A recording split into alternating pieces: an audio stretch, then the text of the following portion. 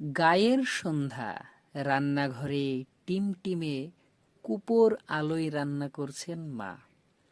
দাওয়ায় বসে আছেন দাদিমা। কিরিং কিরিং, কিরিং কিরিং সাইকেলের ঘণ্টধ্বনি ভেসে আসে। বাজান এলেই! দাদিমার গলায় শোনা যায়। চুলোর আঁচ বাঁচিয়ে ঘুমটার ফাঁক দিয়ে মা একবার চোখ তুলে তাকান। ভাই বোনেরা সব হুল্লোড় করে বেরিয়ে আসে। ওই ঘণ্টধ্বনির জন্যই যেন এতক্ষণ অপেক্ষা। আল মাহমুদের কবিতার মতো দৃশ্য আবার ফিরে আসা।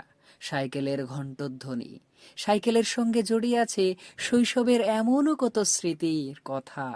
ছেলেবেলায় সাইকেলের প্যাডেলে পা রাখলে সঙ্গে সঙ্গে নিজেকে মনে হতো পাখি, কেবল সাই সাই করে উড়ে চলা। আবার অনেক সময় টাল সামলাতে না পেরে হুড়মুড় করে পড়ে গিয়ে শরীরের কত জায়গায় ব্যথা পাওয়া। ব্যথিত অঙ্গ জনে যেসব স্মৃতি, সে যেন সুনির্মল বসুর ছড়া।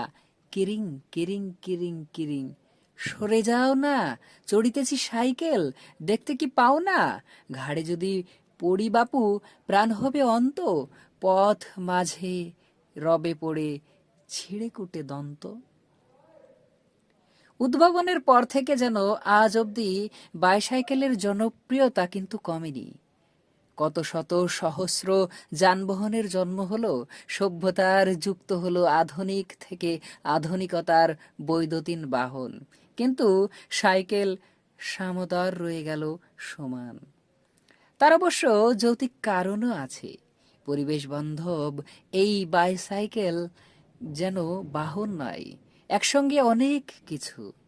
শরীর চর্চার দারুণ মাধ্যম সাইকেল চালানো। গবেষণা বলছে সাইকেল চালালে শরীর ও মন দুটোই ভালো থাকে।